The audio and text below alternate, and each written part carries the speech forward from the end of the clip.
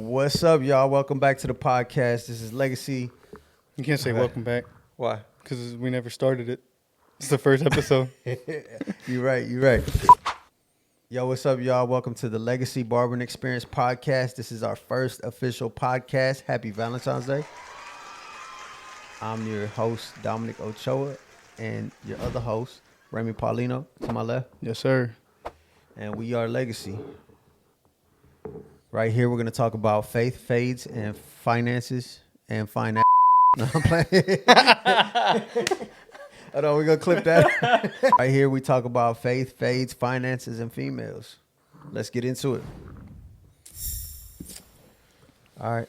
I guess tell me a little bit about where you from. I obviously know where you're from, but the people watching might not know. Yeah, we got to let the people know. So I was born in New York, Manhattan, Washington Heights to be specific. Okay. And then I lived there for about 10 years. How old were you when you moved from Manhattan? I was around like 9, 10 years old. My parents moved our family down to Florida, Wesley Chapel, Florida. Okay. But yeah, born and raised, or born in New York, raised in Florida.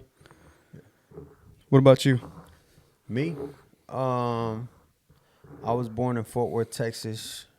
I moved at a young age, probably around 10, 11, to Ohio. And then from then on, it was back and forth from Ohio to Texas, pretty much whenever I got in trouble. So you moved with your mom to? Yeah, so I moved with my mom at like 11 years old, I want to say. To Ohio? To Ohio. And then I got in a bunch of trouble out there when I was real young. Yeah. Breaking and entering at a young age. Yeah. And then I was just a knucklehead, bro. So I feel that. I feel like everybody goes through I'd that. have to move back over here to Texas with my dad. And I get in trouble over here. So I got kicked out of school in like, I want to say the 8th grade. And I'm not really good with time. So I got kicked out of school here. And I got banned from every school in Texas. Dang. Yeah. You're probably I was a hell child, bro. So I went and moved to Ohio, and my mom was trying to get me back in school up there. And then it was a long process, so I ended up going to school in Ohio, in a place called Medina, Ohio, or Medina. Little rich neighborhood, but we lived in like the not so rich side. I won't say poor, but we're like on the border. on the border of it. Yeah, so I had to go to like this rich school where all these kids were driving Mercedes and BMWs and stuff. I had like an 85 Cutlass when I was in the 9th grade, and that was a poor person car to them. Got you. But yeah, so I was back and forth a lot, really. So most of my life. For me, I would say my parents, they decided to move us out of New York for the reason. I mean, now that I look back at it, I think I remember them telling me that they moved us out of New York was because of me. They didn't want me to grow up in New York because of, you know, how New York is, environment and stuff like that. They didn't want me to go down the wrong path. Yeah. So then they moved down to Florida. I seen the movie Fresh. I know what y'all New Yorkers is like. I mean, I wouldn't know, bro. I was young. I wasn't in the streets like that, but Bro, I'm sure I would have been. Have you ever seen the movie Fresh? Nah, I'm telling you, bro. I don't watch movies like That's that. an iconic movie. Yeah, I'm gonna have to go watch it. It's about some young kid. He grows up, I want to say in New York, and he gets in the dope game at a young age, pretty much to save his sister. Yeah. And it's wild because this man plays chess. He's a young kid. He's like probably like 12, 13. But he's like playing chess with people's lives. Damn. That was you at 10, right? No. That's why y'all moved? Not at all. I think they were trying to avoid that, though. What was your upbringing like when it comes to faith? Faith-wise, my parents tried their best to take me and my sisters to church every Sunday. My sisters, I grew up Catholic. Both of my sisters did their first communion. Mm-hmm. But when it was time for me to do it, I just never got around to it. I don't know what that is. What is a first communion? But you're honestly asking the wrong person because I have zero knowledge on the Catholic side of things because Catholicism? Yeah, just because my parents, they went to a Spanish church and I really didn't understand much, or I guess I didn't really want to understand much that what the preacher was saying. My grandma used to take me to a Spanish church. I'd be dozing off. I just knew they always kept giving, the daily bread and then the sip out of the cup. And I just went for the snacks. I didn't. Nah, I went for them donuts afterwards. I went for sure. For the little cracker, them and little the grape donuts. juice. Yeah. I never got the chance to do that because my dad was like, "No, Oh, you haven't done your first communion yet, so you can't do that yet." Oh, I didn't know that. But I mean, I think you're not. I don't know too much about it, but I think you're not supposed to do it unless you've been baptized. Maybe. I think it's like the first communion. No. I don't know. I wouldn't know. Well, maybe in Catholicism, maybe in the Catholic side of things. Yeah. But yeah, I mean, it got to the point to where. Hold on. Nope, all right, come on. That was you. You said every time I hear what? I always think of that. Pum. So, no, I'm lost. First communion. You're both sisters. So you basically tell me sisters. I can't talk, bro. I need another coffee. But both your sisters did their first communion. You're telling me about how you grew up Catholic. Oh, yeah. Okay. Yeah, so after like high school, my sister stopped going to church with my dad, but then my dad always tried to drag me to church. Yeah. So he would come in on Sunday mornings to check if I'm sleeping, and I'd be doing those fake sleeps, like eyes closed, peeking a little bit. Trying not to go. Yeah. I felt bad every time I did it, though, like pretending I was asleep. Did he still wake you up, though? Sometimes he still woke me up, but then it got to the point where he was like, he don't want to go no more. I would have did you like the army, just flip the whole rack. I mean, he should have, bro, to be honest, because the whole rack kicked you in your head. I needed it. Boy. I needed it as a kid. But yeah, that was my faith. Nah, that would have probably just pushed you further away from the faith, honestly. I was already pretty far away from it at that point. Well, that's how a lot of people get turned off and turned away for sometimes forever. And it was for a good chunk of my life. Like if you force your kids to go. Yeah. Yeah, that's a weird one. Yeah. But I mean, it didn't help that it was a Spanish church, and I really didn't, not saying I didn't understand, but I just didn't really want to understand. If I would have went to like an English church, I probably would have. A little bit better? A little bit better. But I think at a young age, it just might. You just got to let it come to the child, yeah, because, I mean, I don't really think that... You got to lead by example, pretty much. Yeah, that's the best way for kids to learn is through your leadership. Yeah. Just going to church and hearing an adult talk about these big topics, it's like, it's not really going to do much. No. I do remember one time, I had to be like 9 years old. I was laying in bed and my brother had the little radio on. And it turned on. He fell asleep, and it turned on to like. It used to switch over to like the I don't even know if it's like Christian or whatever, evangelism channel on the radio. So they'd start speaking about God and hell, and man, that stuff terrified me when I was a kid. For real? I was sitting in the dark room, and this radio channel would come on. This dude sitting there preaching about hellfire and brimstone and the gnashing of the teeth, and I was like, "This is terrifying, bro." Yeah. I'm going to hell when I die. Like, what was your upbringing though? Like with as faith? Far as faith? Yeah. I grew up in a house.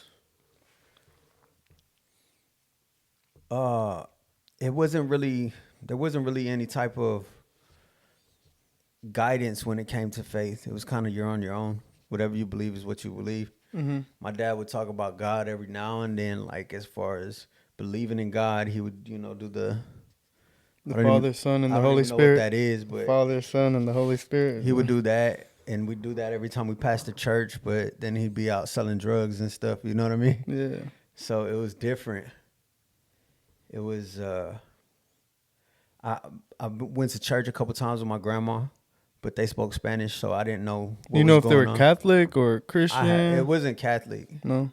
Not my grandma's church, but as a kid, that was boring. So I just because I didn't know what they're saying. So the Spanish church, right? Dozing off, you know what I mean? Yeah, not paying attention. And then the coolest part was we'd go to McDonald's. That's probably the best highlight of the day, huh? Yeah. The food So afterwards. back in the day, you know, McDonald's wasn't like it is now. Like we eat out all the time and stuff, and it's just a regular thing now. Back in the day, like McDonald's was a big thing special to me. occasion, yeah. Yeah. So I was like, I knew if I went to church with my grandma, You'd eat good I was afterward, gonna yeah. eat some McDonald's breakfast, bro. Mm-hmm. So that was the highlight for sure. But I went to church a couple times with like my tia. My tia Rita took me. I'd go spend the night with my cousin and stuff. And, you know, we get yelled at for staying up too late because we had church in the morning. Yeah. You know what I mean? Yeah. But it was always cool. I mostly got in trouble when I went to church with him. We'd get in fights with all his bullies and stuff. I was his ghetto cousin from the hood, so, you know. Yeah. But, yeah, I didn't really have, like, I kind of was in and out of church here and there through different family members. It was never like something my immediate family really placed importance on. Yeah, I got you. Yeah. Okay. All right, so question, what led you to pursue barbering as a career? Man, I wanted the money, the fame, and the hoes. Okay. I'm just playing. You wanted to be a celebrity Celebrity barber. No, that is not it at all. What led me to be one, I guess I came to this point in life when it was kind of like I had to make a decision. I felt like it was go back into a warehouse, which was the easy way out for me. Yeah. I could go back to making, you know, $32 an hour easily, work my way up. Like that was the easy route for me because I didn't burn bridges when I left my job before. Yeah. So I knew I could go back. And I was like, it's either that and be miserable for the rest of my life or find something that I enjoy doing. Mm-hmm. So I started, you know, as you know, I was in the military. Yep. And so I had some benefits left over. And I was like, let me see what I can do with these benefits. You know what I mean? So I started looking into them, seeing what my options were as far as school and what I could use them for. And I didn't really want to go back to school. I did like a semester a long time ago online, and it just wasn't for me. I did good as far as my grades and stuff, but it wasn't for me. I didn't know what I'd use a degree for or whatever. So I decided it came down to truck driving or barbering. Truck driving, I don't know about that. And I used to be an 88 mic at one point. Oh, okay. And I hated it, bro. So Really? I was like, that's going to be good money, and I'm not going to be stuck in a warehouse and this and that. You know what I mean? You're going to be driving around. I'll be moving around and stuff, and I don't like sitting still. So I was like, me either. I was like, maybe that's it, you know? It's good money. I used to work in construction, so I also knew, like, in concrete, you get paid a lot if you drive the pump trucks, like the ones that pump The out concrete, the the concrete trucks. Yeah, if you learn how to handle those big pumps and stuff. So I was like, maybe that's the way. But then I was like, I didn't really see myself driving so much. And then it came down to barbering, and I was like, you know what? I cut hair kind of here and there. You know, I cut my kids' hair every now and then in the past to save some money and stuff. Cut my own hair back in the past, but I never really looked at it as like a career. Yeah. I never thought barbers could make a whole lot of money. Mm-hmm. But then I was like, you know what? Let me give it a try. And I was kind of nervous too. I was like, you know, what if I get into this and I don't like it, and I just get burnt out or whatever and want to quit? But that wasn't the case, you know. So I decided on barbering school. Went to school, and 10 months later, after going through hell, I made it, and here I am. You know, Heck yeah. it was a hell of a ride. Oh yeah, it was. What about you? How'd you come into barbering? Me. So I was in the military for 6 years. Around I want to say the 5th year when I was about to get out. Yeah. I was in Africa, and I was thinking to myself, I was like, yo, what am I gonna do in the civilian world? Like, I don't know what I'm gonna do. I don't want to just go work at a restaurant, work at a retail spot again, because that's what I did before joining the military, and I was like, that's not for me. Yeah. I wanted to be an entrepreneur of some sort. Right. So I was on Instagram, I believe, or YouTube, and I came across Chris Basio. Chris Yes, Basio, sir. legend. And he actually owns multiple barbershops in the Tampa area where I'm from. Yeah. And I remember going to one of them. It's the one in the LA Fitness Plaza. I believe that was his first one. Maybe, I don't know. But I remember going to that one as a kid Yeah. in high school. I got a haircut from there once, and that memory stayed in my head. I was like, maybe I should do barbering, and I started watching his videos, all his videos on YouTube. Watched all of them. Let me ask you a question real Go quick. ahead. Who's your top 2 most influential barbers that like really taught you game as far as the YouTube goes? Because I mean, I feel like every barber had those guys that they referred to on YouTube to first learn how to do a fade. Bro, I'm not even gonna lie to you. I've only watched Chris Basio just because. That's it? Yeah, bro. Because That's crazy. No 360 Jeezy? I watched him a little bit, but not as much as Chris Basio. Like I literally watched almost all of his videos, Hey, bro. that's wild. Because I could relate to him because he's from my like hometown or area, Yeah. and it just really resonated with me because it showed me that if he could do it, I could most definitely do it as well as in start a barbershop. Right. So I started watching all his videos, and then he started talking about how the process was of him starting his barbershop and whatnot. So I started watching a lot of his videos, and it really motivated me to jump into this barber industry and start a barbershop. Right. And then my mom also, she was trying to get her cosmetology license while I was growing up. So watching her try to do it motivated me to actually do it. Yeah. I also cut one of my friends when I was younger, and in Africa, that's when I started practicing cutting hair. So it took a little bit. How was that first experience? It was rough, man. It was rough for real. I had some cheap clippers from Amazon. Was it an A1 fade or what? I was terrible, bro. Like, I mean, I'm not even there yet, but like, bro, it was. I barely used the click levers. I just went guard. Bro, when I first started cutting bad. hair, I'm pretty sure I was freehanding the whole cut. Because I didn't even know how to use guards. It's just playing. You're just winging it at that point. Yeah, at the pretty beginning. much. And I thought I was killing it too. Yeah, that's how it was for me. But I cut a couple of heads back in the barracks when I was in basic training. Yeah, and I was charging them boys like $30 to $50, hey, just so they didn't have to go to the PX and waste time. It was hilarious, bro. I wish I started cutting hair in the military. That I did just a couple of heads and then I stopped. Like I was a hustler, bro. I did anything for money.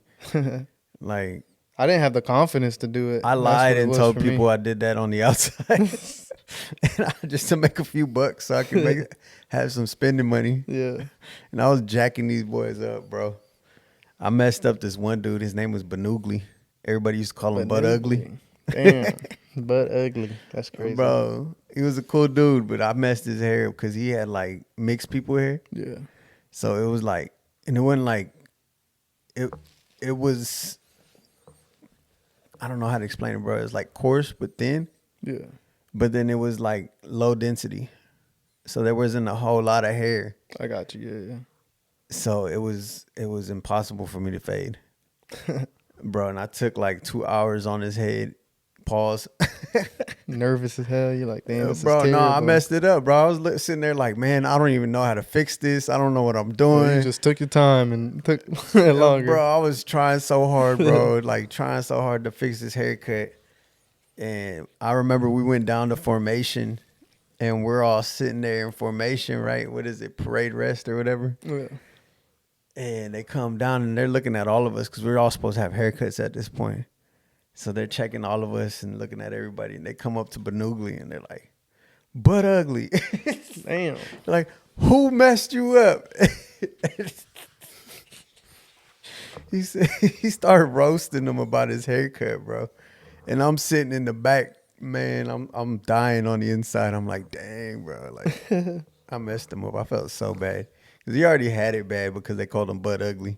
Now he had a butt ugly haircut. Yes, bro. You don't mess my guy up. I felt horrible. You should have. Shout out to Banugli out there, bro. I'm Shout sorry. out Balug. What's his name? Balugi. Bro, you What's his name? I was about to say butt ugly. Banugli. Banugli. Shout out to Banugli. Bro. I hope you got a good barber now. Hey, holler at me, boy. I'm gonna give you a free cut. Don't trust him. I'll give you a free cut if Nah, you still got hair, bro. I doubt he'll come to you. All right, so let's tell them how we met. About we what, met? a year ago? Nah, probably like what? Shit, you got me. Probably like May of last year, right? I have no clue. I don't remember. I I was think- trying to sell you some stolen clippers. For real though, he tried to come up on me real quick in barber school. Bro, I told you I was gonna give you my price.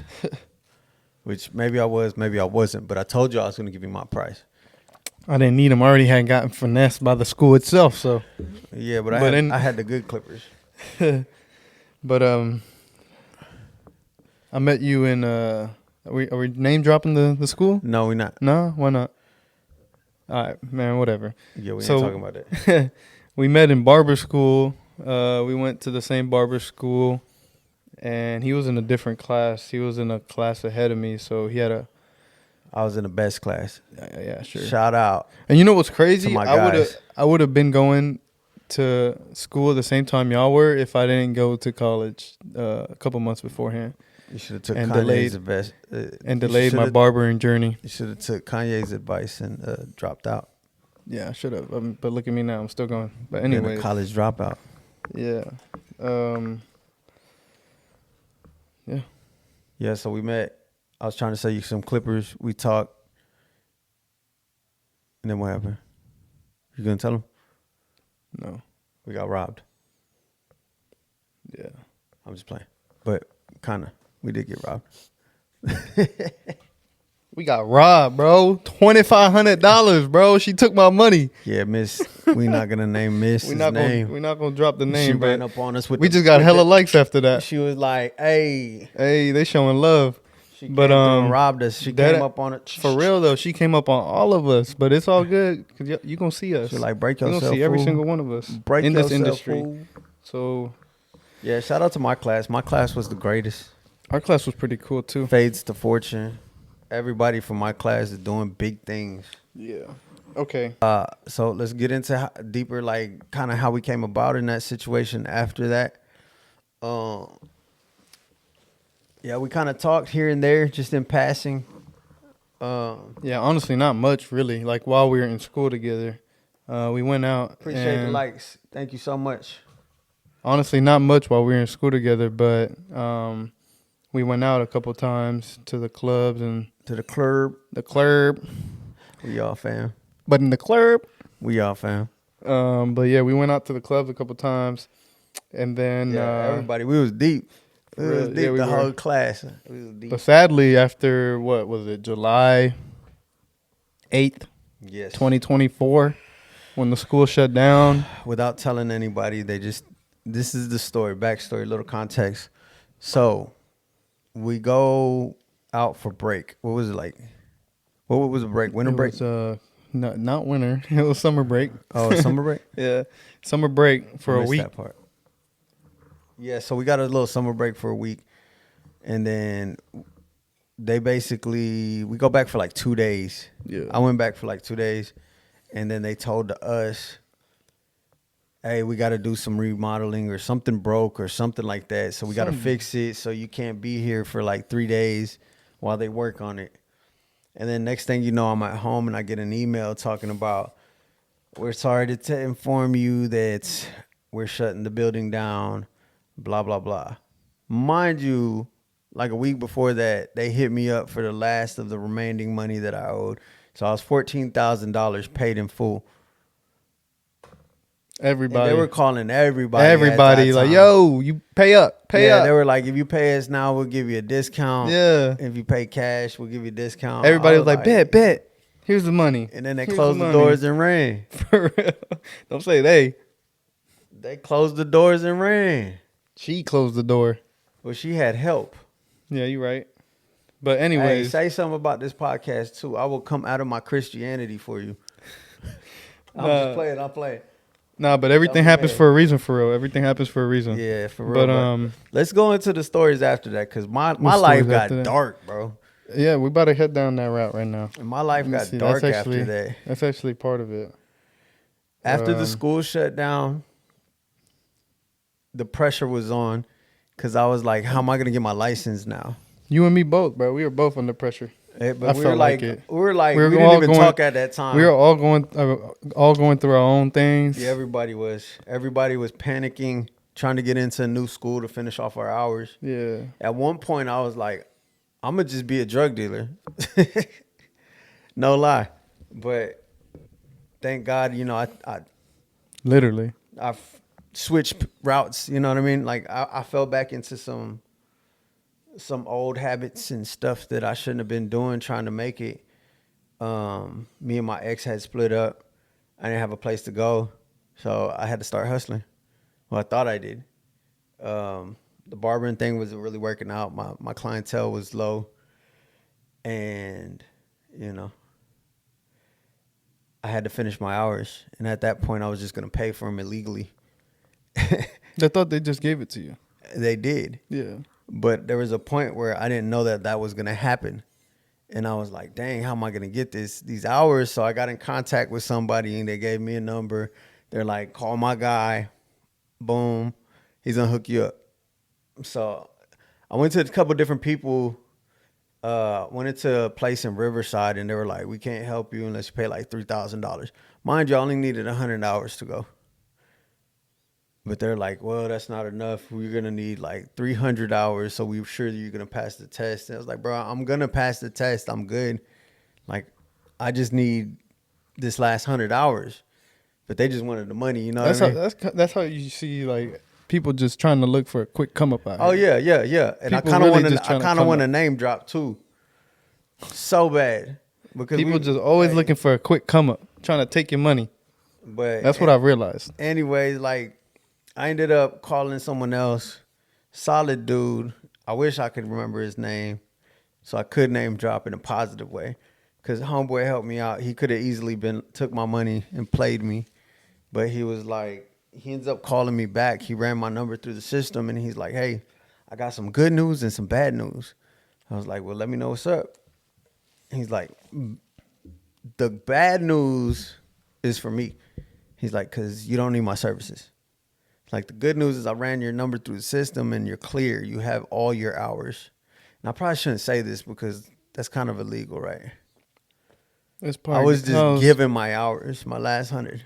That was God looking out for you, wouldn't you say? Facts, bro, because I was praying about this, and I was still in the streets doing bad stuff. But I was still, like, trying to do right, but still struggling. You know what I mean? Like, there was a period where I was sleeping in my car because I didn't have nowhere to go, and I was still praying that night. Like, God, like, help me, save me. You know what I mean? Like, get me out of this situation. Mm-hmm. But then I was still low-key relying on myself to get myself out of that situation. You know what I mean? It's counterproductive. Like, I was praying for God to help me out while I was helping myself. Doing wrong. Yeah, doing wrong. Yeah. But yeah, and then so I got that 100, then eventually I went and paid for my first test, passed it, really paid for it 3 times because, some miscommunication with TDLR. I'm not going to say nothing about them because I got nothing but bad things to say about TDLR. Took my first test. Well, I paid for it 3 times. Took my first test once, passed it. Then I went a few months later. It took me a while because I was still wrapped up in everything and still trying to get right. Then eventually started leaving that life alone, and then went and took my second test, passed it, and then became a barber. And then I made that decision, like, to leave all that other stuff alone, the drinking, the hustling. Now, would you say, was that your decision, or was that God leading you to let all that? It was definitely my decision because we have free will. Yeah, but like, you don't think it was my decision to leave all that and search for God?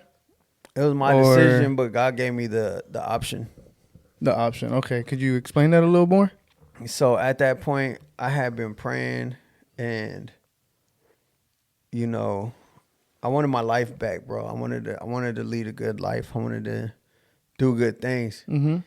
And I had some good connections in a bad world. And I thought that was right. Right. But then someone put it into perspective for me. They're like, man, you say you love this barbering stuff so much, which I did grow to love barbering a lot, but it just wasn't doing good. And that's because my focus wasn't all the way in, because it wasn't making as much money as I was on the outside. And so I kind of let the other stuff take over. And I was riding with a friend one night, and she's like, you say you love this barbering stuff so much, but you're putting more energy into that other life. If you put all that energy that you are to make it successful in this life into the barbering, I guarantee you'd be successful. And we never talked serious, me and that person. It was just real surface level stuff when it came to those type of nights. You know what I mean? Mm-hmm. So that really hit me with some weight. And I was like, dang. Like a wake up call. Yeah, I was like, dang, she right. But I be praying about it all. Like every night I was praying about this stuff, because my head was just messed up about everything. Mm-hmm. And there was a lot of rough nights. There was, wild nights, guns being pulled and stuff like that. So I was like, it was a bad situation that I wanted to get out of, but I didn't know what to do. Yeah. But then at that point when I felt like one night I was praying and I was sleeping behind the barbershop in my car, Mm-hmm. and I was praying, bro. I was just so frustrated with God, bro. And it was one of those nights when I was just talking to God with anger. Anger in him, or just anger towards him? Towards God. And I was like, bro, like I felt like I was a good person. Why did I have to go through all this? But then he was like, look, you praying for me. You praying to me at night, but then you going and doing the devil's work. Like, make that make sense, right? And so at that moment, I felt like God was calling me to just give everything up that I was putting my faith in. And that was all the wrong things, and myself. And so I did. Little by little, I started, moving out of that life. Mm-hmm. And eventually I cut everything off. And it was scary because I had, like, at one point, it was almost like I had no clientele. And it got worse. And it was days when I'd go in there and it was like cutting one person, one client. And then I'd just be waiting around like, dang, bro, this is it. And I got close to the point where I was about to quit and go back to like working a warehouse job or something. I started looking at the hiring pages and stuff like that, whatever you call them. Yeah. And I was like, man, like, I might have to go get a job. It's going to be miserable. But as soon as I did that, bro, this Monday rolls around. Next thing you know, 4 people book with me. I'm like, dang, that's crazy for Monday, right? And especially when I don't have no clientele. 4 people book with me. And then Tuesday comes around, I get like another 3, 4. Wednesday comes around, I get another 3, 4. And I'm like, dang, I'll be praying every night about this, bro. More clients? Yeah. And then it just kept building up. And then now I am where I am, as far as like, I stayed obedient for the most part. I was in the word every night, praying, and then being active about cutting off my sin. Mm-hmm. And I was clinging to one last sin, And like I told you, this is something I learned through this part of my life, was that anything that pulls you away from God is not from God. And I was hanging on to this one relationship with my ex. And I felt like, I was being pulled away from God and distracted by that situation because I was trying to make it happen so bad. You know what I mean? Mm-hmm. And I was still sinning. And I was being called to cut that off. And that was one of the hardest things for me to do, because we had so much history. Yeah. And you know what I mean? We had pretty much a blended family together. So it was hard.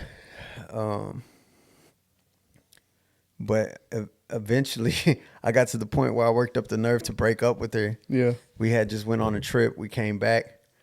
And that morning I was like, I'm going to break up with her because I don't deserve to go through the stuff she put me through. She was treating me like shit.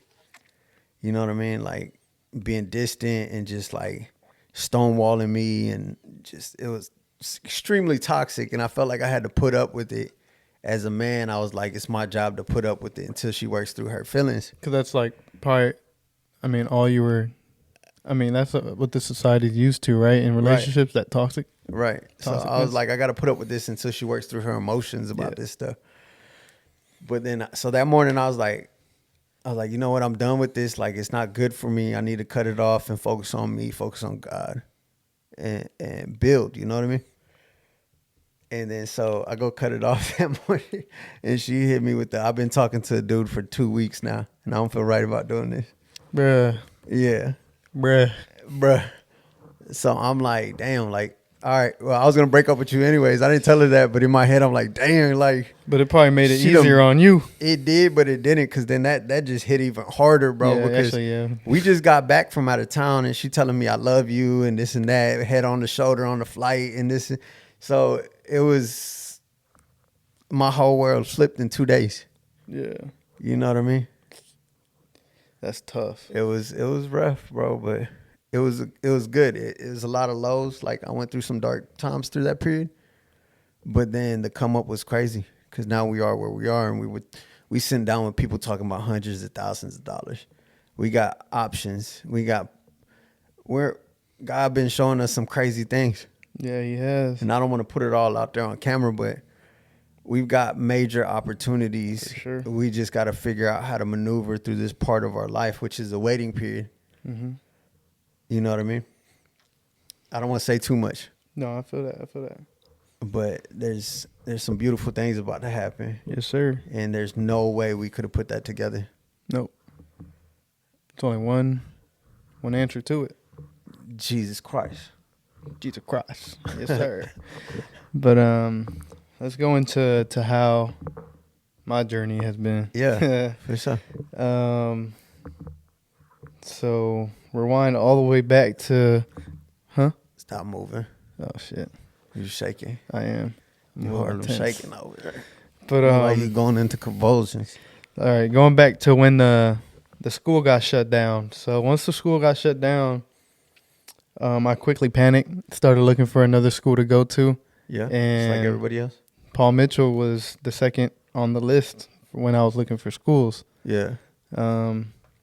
So I immediately went over there, got signed up, and I had about a month gap of not doing anything. And I was mad depressed during that time. Yeah. Because I was just not doing anything, not working. And let's see, how do I put this? So after getting out of the military, I moved out here because I wanted to start a business. Right. And my current roommate, he pitched me this business plan to rent out Teslas, and it didn't work out. Yeah. So I finally decided to, follow my passion, my dream, go to barber school. And something I've always thought about is making a barbershop. Right. And going to barber school, becoming a barber, and making a barbershop. That's always been in the back of my mind. I never told anybody that because I never thought it was really possible. Yeah.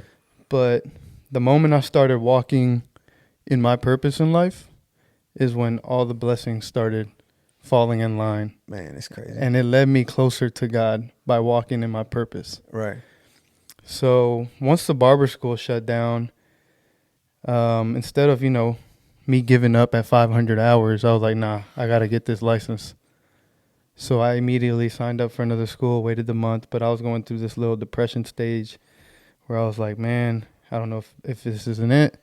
Like, if it failed, like if the school got shut down, that's probably a sign I shouldn't be going to barber school. So I went and started working at a warehouse, man, tossing boxes on a conveyor belt for 6 hours. That's rough. And I was like, nah, bruh, this ain't it. I was like, I didn't get out of the military to come out here and start tossing boxes. Yeah. So I stayed there for about a week. Couldn't do it for longer than that. So then I've always wanted to make a barbershop. That's always been in the back of my mind. Like I told you earlier, when I was in Africa, I saw Chris Basio do it, and I knew if he could do it, I could do it. Yeah. And That's always been a thought in my mind, but the negative thoughts kept pushing me away from becoming a barber. Yeah. So I kept going a different route. Instead of going to barber school and starting a barber shop, I went and did renting out Teslas on Toro. So your experience with the Teslas, Yeah. you said, the business failed. Yeah. What do you think the purpose of that business was now looking back in hindsight? The purpose of it? Yeah, do you think it taught you anything, or you think it was just like... No, it definitely taught me. It What'd taught you learn me from like that what I situation? needed to do or what I needed to start a business, a successful business. Yeah. And that was, you know, it has to be aligned with my purpose in life, you know? Right. Why is that? Because if it's not aligned with your purpose in life, you don't have that willpower to keep going if it's not going well. You know what I mean? If or when? Or when it's not going well, because it's not going to go well. It's not going to just skyrocket to the top and be all What kind of great and dandy the whole time. You know what I mean? There's going to be ups and downs. What kind of downs have you had in this barbering industry? Downs? Man. I know, but I Bro, want the viewers to know. School's shutting down. Yeah. The doubt in my head of you're not good enough, you're not a good barber, you'll never be a good barber. The learning process. The learning is tough for real. It is tough. There's you cutting people's hair, and it's a serious thing. It is. It's nerve wracking because you don't want For people to go out there and have a terrible haircut because you messed them up. Cut. So I was fighting that. But anyways, so I go to barber school. I graduate around December. And I go home to Florida, celebrate with my family, hanging out, having a good time. And I come back. I'm about to hop on a flight to come back to Texas. And I'm at the airport, and I'm mad depressed. I'm like, bro, I got the career I want. Mm-hmm. And now I got a 1.5 year lease in Texas. It's going to be a pointless 1.5 years. I'm going to be here wasting time, building my clientele in Texas to then just move back home to Florida. And I was mad depressed. I was like, man, this 1.5 years is going to be so pointless. And as soon as I'm about to board this flight, my man Dom calls me.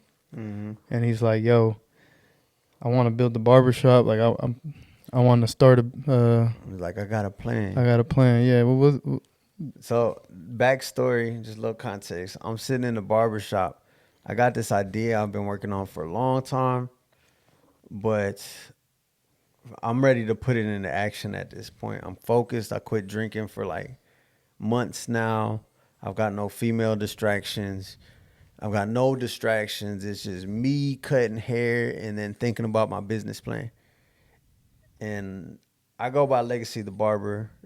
That comes from my S&P days when I was doing S&P, which I'm still going to get into eventually once we get this barbering off the ground. But it was Legacy Scalp Micropigmentation.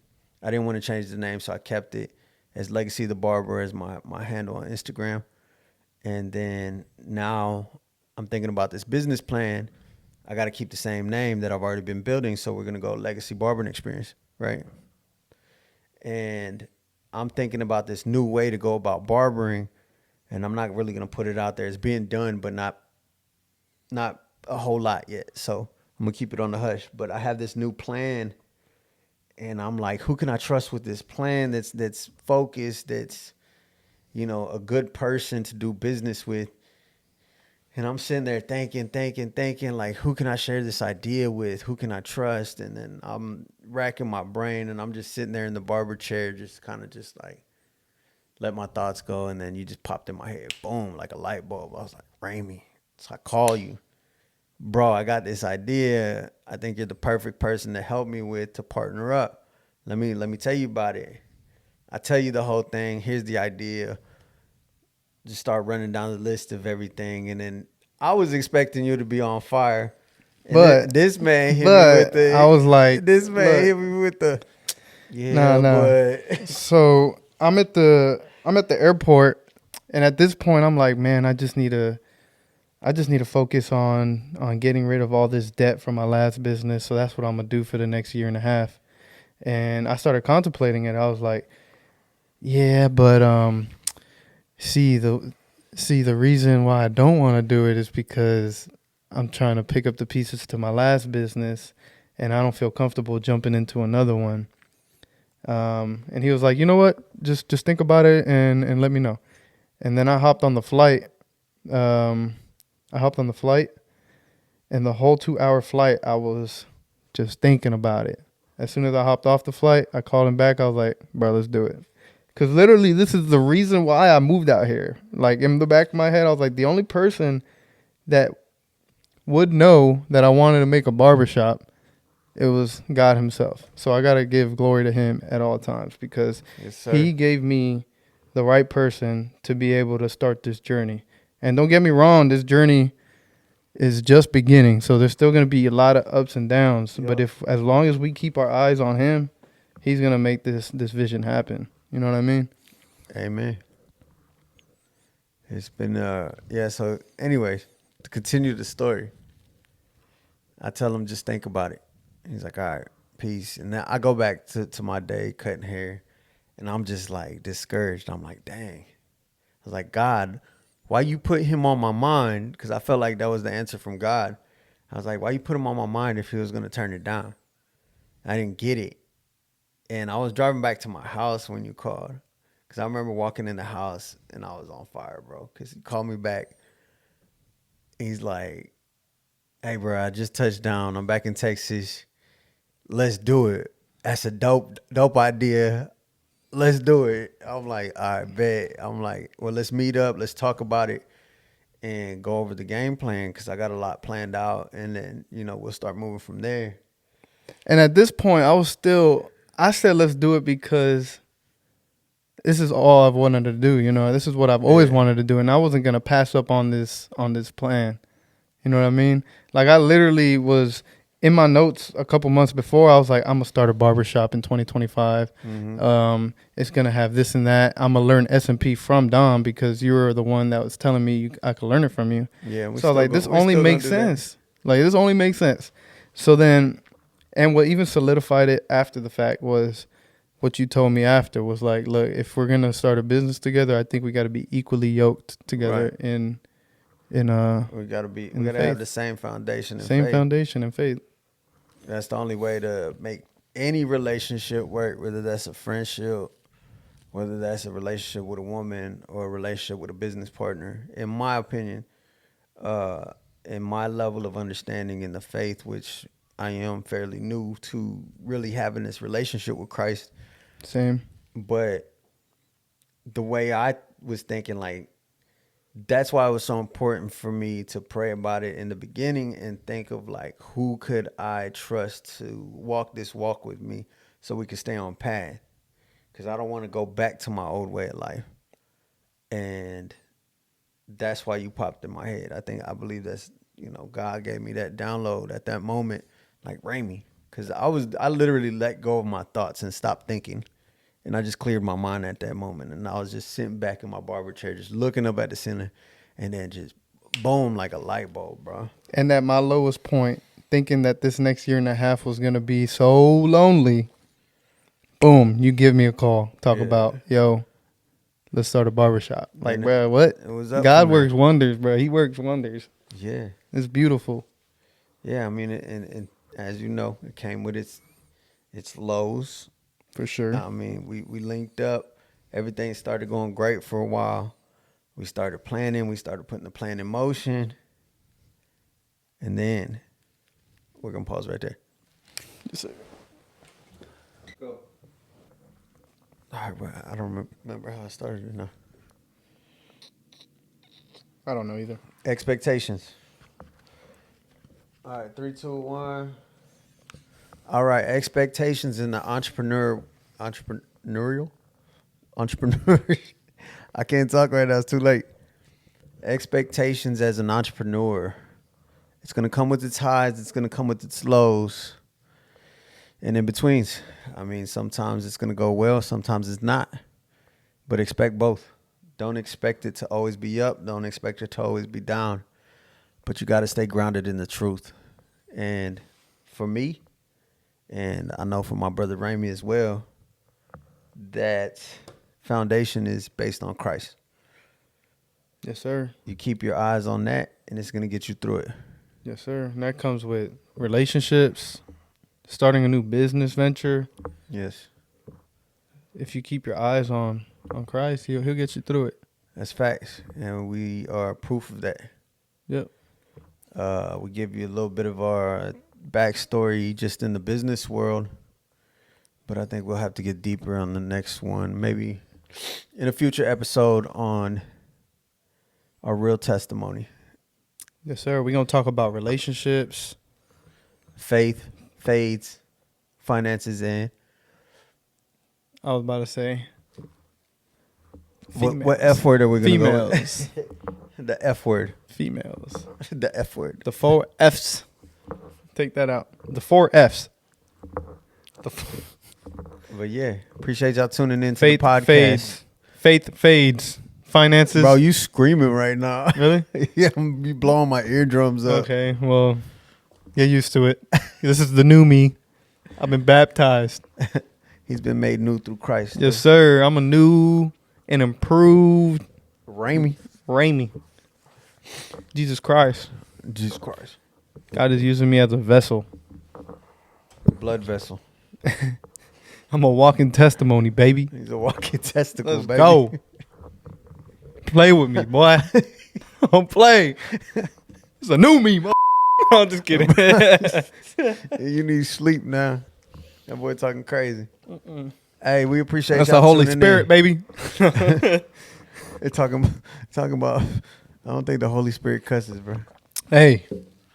He working on him. Yes, sir. He working on his boat because I cuss a lot. Yeah, I'm working on it for real. I love you, Jesus. But anyways, yeah, man. We appreciate y'all tapping in for the very first podcast. Happy Valentine's Day. And if you have any questions or topics that you think we should talk about on the next one or a future podcast, leave it in the comments. And we'll do our best to get to it. No promises. Or, yeah, that's it. That's all I got. All right, my boy. Hey, that's a wrap for the first. Legacy, the barbering experience. Yes, sir. You know the motto around here. Every cut leaves a scar. That was not how it goes, buddy.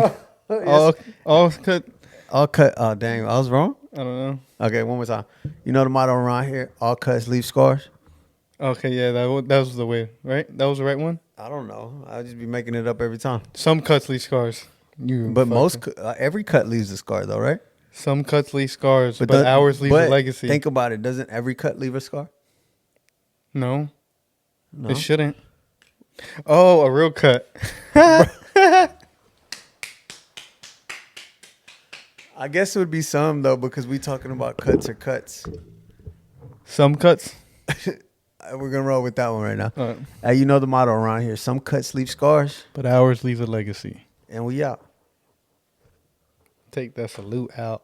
Salute, bro. I Why did you saluted. salute? Oh, no, We're not in the and military. I And did you it like the sniper check. lieutenant. No, you did the sniper check. The what? Sniper check. What's that?